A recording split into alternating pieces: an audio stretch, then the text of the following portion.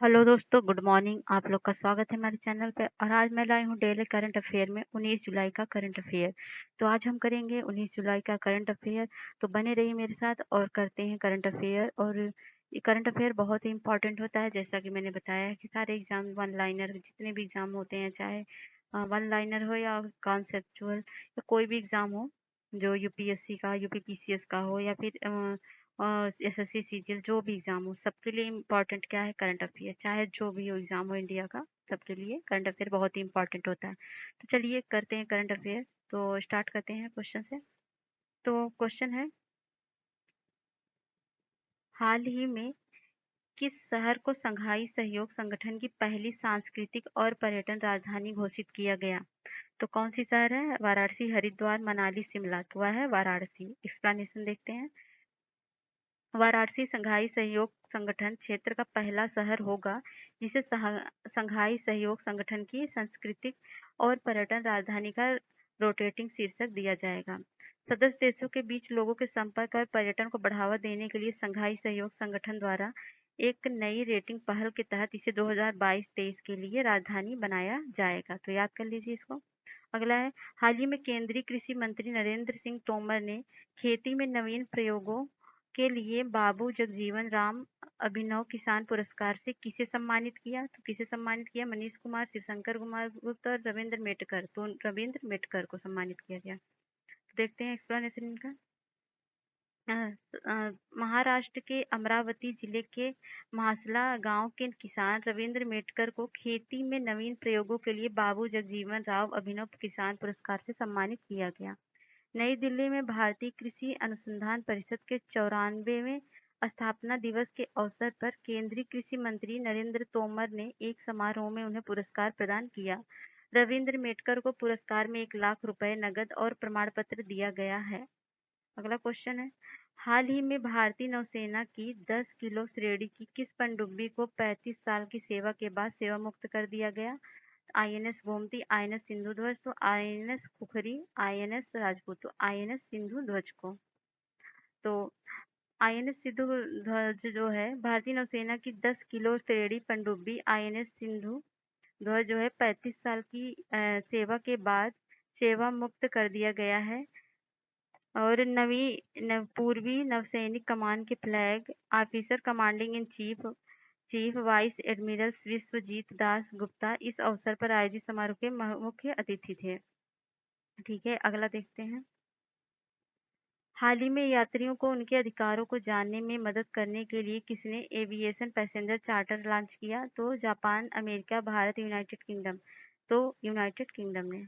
Explanation है, British सरकार ने 17 जुलाई 2022 को एक एविएशन पैसेंजर चार्टर लॉन्च किया जिसमें यात्रियों को हवाई अड्डों पर समस्याओं का सामना करने पर उनके अधिकारों को जानने में मदद करेगा। नया चार्टर यात्रियों को यह जानने में मदद करेगा कि रद्दीकरण, देरी या सामान के गुम होने की स्थिति में उन्हें क्या करना चाहिए। तो इसे ब्रिटिश सरकार द्वारा विमानन क्षेत्र और यात्रा उद्योग के साथ साझेदारी में विकसित किया गया है। अगला है, हाल ही में उपभोक्ता कार्यों के विभाग ने उपभोक्ता अधिकारों को सशक्त बनाने के लिए कौन सा शुभांकर लॉन्च किया है? प्रकृति, जागृति, आकृति या संस्कृति। तो जागृति।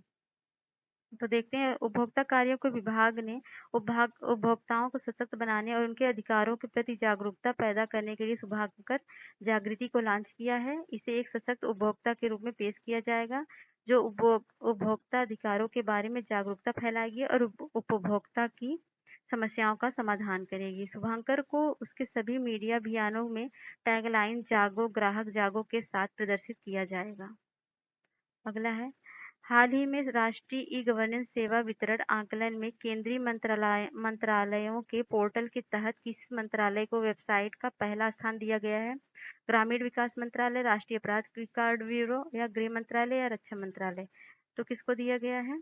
तो वो दिया गया है गृह मंत्रालय को।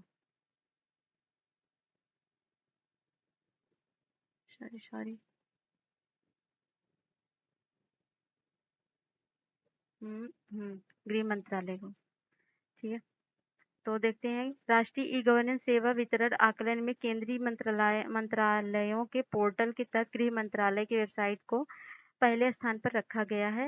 अपराध मतलब राष्ट्रीय अपराध रिकॉर्ड ब्यूरो के डिजिटल पुलिस पोर्टल को दूसरे नंबर पर रखा गया है। यह एक आवधिक मूल्यांकन है जिसका उद्देश्य नागरिकों को ऑनलाइन सेवा प्रदान करने में सरकार की प्रभावशीलता में सुधार करना है। अगला क्वेश्चन है, हाल ही में विश्व एथलीट चैंपियनशिप के 18वें संस्करण की मेजबानी कौन सा देश कर रहा है? तो अफ्रीका, ब्रिटेन, भारत, अमेरिका। तो कौन कर रहा है? तो कौन ये कर रहा है? एक मिनट, ये कर रहा है आपका अमेरिका कर रहा है, सॉरी। तो ये कर रहा है अमेरिका, ठीक है। तो एक्सप्लेनेशन देख लेते हैं। तो विश्व एथलीट चैंपियनशिप 2022 के 18वें संस्करण की मेजबानी अमेरिका कर रहा है। यह टूर्नामेंट 24 जुलाई तक चलेगा।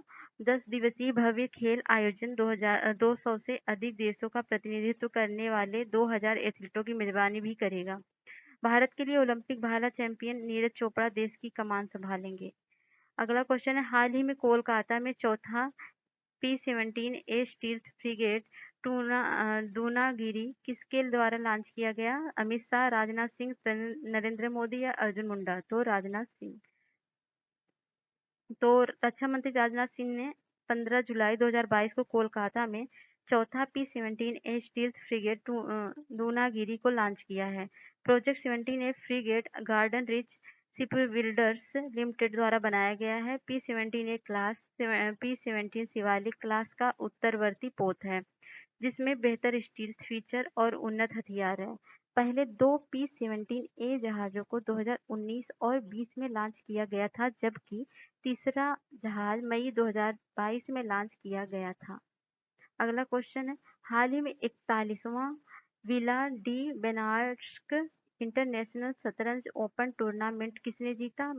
मैग्नस कार्लसन या अरविंद चिदम्बरम या आर प्रज्ञानंदनम या फिर डी गुकेश? तो ये जीता अरविंद चिदम्बरम ने। तो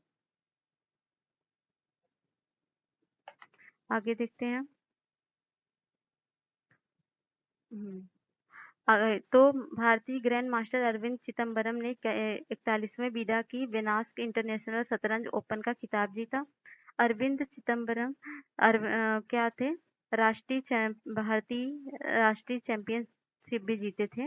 उन्होंने टूर्नामेंट में टाई ब्रेकर के आधार पर आर्मेनिया के रॉबर्ट होवननिश्यान और वतन रौनक साधवानी को पछाड़कर टूर्नामेंट में शीर्ष स्थान हासिल किया था। विश्व शतरंज संघ मुख्यालय लुसाने स्विट्जरलैंड है और स्थापना दिवस 20 जुलाई 1924 पेरिस फ्रांस है। तो विश्व शतरंज संघ की बात है ये। अगला क्वेश्चन है, प्रतिवर्ष 17 जुलाई को पूरे विश्व भर में कौन सा दिवस मनाया जाता है? तो मनाया जाता है अंतर्राष्ट्रीय मानव भातृत्व दिवस, विश्व कैंसर दिवस, विश्व आर्द्रभूमि दिवस या अंतर्राष्ट्रीय न्याय दिवस? तो मनाया जाता है अंतर्राष्ट्रीय न्याय दिवस। तो एक्सप्लेनेशन है इसका, 17 जुलाई को पूरे विश्व भर में अंतर्राष्ट्रीय न्याय दिवस मनाया जाता है। हर वर्ष 17 जुलाई को न्याय और अंतर्राष्ट्रीय अपराध न्यायालय ICC के काम को मजबूत करने के लिए यह दिन मनाया जाता है। अगला क्वेश्चन है, हाल ही में किस देश के मौसम कार्यालय ने अंतर्राष्ट्रीय आपातकाल की घोषणा करते हुए पहली बार रेड अलर्ट जारी किया है? तो किसने जारी किया है? यूनाइटेड किंगडम ने, कि जर्मनी ने, कनाडा ने? किसने जारी किया है? तो जर्मनी ने जारी किया है, सॉरी यूनाइटेड किंगडम ने जारी किया है। तो आंसर होगा यूनाइटेड किंगडम। तो देखते हैं एक्सप्लेनेशन। यूनाइटेड किंगडम के मौसम कार्यालय ने राष्ट्रीय आपातकाल की घोषणा करते हुए पहली बार रेड अलर्ट जारी किया है क्योंकि तापमान 40 डिग्री तक पहुंच गया है। रेड अलर्ट का मतलब होता है कि जीवन के लिए जोखिम है और दैनिक दिनचर्या को बदलने की आवश्यकता होगी। यूनाइटेड किंगडम में पहली बार 40 डिग्री के तापमान का अनुभव लगाया गया है।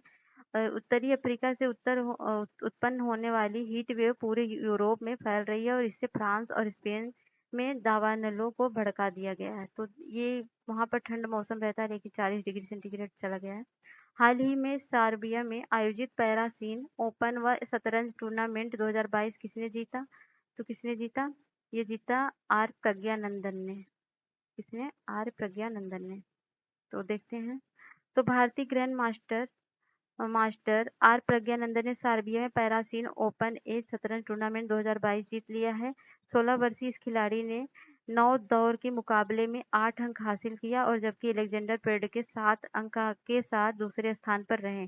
आर प्रज्ञानंदा 28 जुलाई से चेन्नई में होने वाले 44वें शतरंज ओलंपियाड में भारतीय टीम का हिस्सा होंगे। अगला है, हाल ही में सिंगापुर ओपन 2022 महिला सिंगल्स का खिताब किसने जीता? आमी घिया ने या पीवी सिंधु ने या वांग जी ने या साइना नेहवाल ने? तो किसने जीता? पीवी सिंधु ने। तो एक्सप्लेनेशन देखते हैं। भारतीय बैडमिंटन पीवी सिंधु ने सिंगापुर ओपन में महिला सिंगल्स का खिताब जीत लिया। पीवी सिंधु ने फाइनल मैच में दुनिया की 11वें नंबर की खिलाड़ी चीन की वांग जी यी को हराकर खिताब जीत लिया। और इससे पहले साइना नेहवाल ने 2010 और साई प्रणीत ने 2017 में यह खिताब जीता था। इस साल यह पीवी सिंधु का तीसरा खिताब है। इससे पहले कोरिया ओपन और स्विस ओपन का खिताब भी अपने नाम कर चुकी हैं। अगला क्वेश्चन है, मतलब अगला करंट अफेयर है, विश्व में प्रतिवर्ष नेल्सन मंडेला अंतर्राष्ट्रीय दिवस कब मनाया जाता है? तो वो मनाया जाता है 18 जुलाई को। तो देखते हैं। तो विश्व में प्रतिवर्ष 18 जुलाई को नेल्सन मंडेला अंतर्राष्ट्रीय दिवस मनाया जाता है। यह दिन दक्षिण अफ्रीका के लोकतांत्रिक रूप से निर्वाचित पहले राष्ट्रपति और रंगभेद पर न्याय के लिए अपने लंबे समय तक संघर्ष करते हुए उन्होंने अपना जीवन व्यतीत किया, इसके स्मरण में मनाया जाता है। अंतर्राष्ट्रीय नेल्सन मंडेला दिवस 2022 की थीम है do what you can with what you have where you are. तो मंडेला को अक्टूबर 1993 में नोबेल शांति पुरस्कार सम्मानित किया गया था तथा 2013 में 95 वर्ष की आयु में उनका निधन हो गया। तो हाल ही में बैंक इंडोनेशिया ने किसके साथ एक समझौता ज्ञापन पर हस्ताक्षर किए हैं? तो वो किए हैं आरबीआई के साथ, रिजर्व बैंक ऑफ इंडिया के साथ। तो देखते हैं। तो भारतीय reserve bank of India Indonesia के बीच भुगतान प्रणाली, डिजिटल वित्तीय नवाचार, एंटी मनी लॉन्ड्रिंग और आतंकवाद के वित्तपोषण का मुकाबला करने में सहयोग बढ़ाने के लिए एक समझौता ज्ञापन पर हस्ताक्षर किए हैं। बाली में G20 के वित्तीय मंत्रियों और सेंट्रल बैंक ऑफ गवर्नेंस की बैठक के दौरान दोनों केंद्रीय बैंकों ने आपसी सहयोग को आगे बढ़ाने के लिए एक समझौता ज्ञापन पर सहमति व्यक्त की है। भारतीय रिजर्व बैंक के गवर्नर है शक्तिकांत दास और बैंक इंडोनेशिया के गवर्नर है पेरी बारजियो। तो आपको ये करंट अफेयर कैसा लगा बताइएगा जरूर, एंड लोगों को भी शेयर करिए और लाइक करिए, कमेंट करिए, और तब तक के लिए बाय बाय, आपका दिन शुभ हो।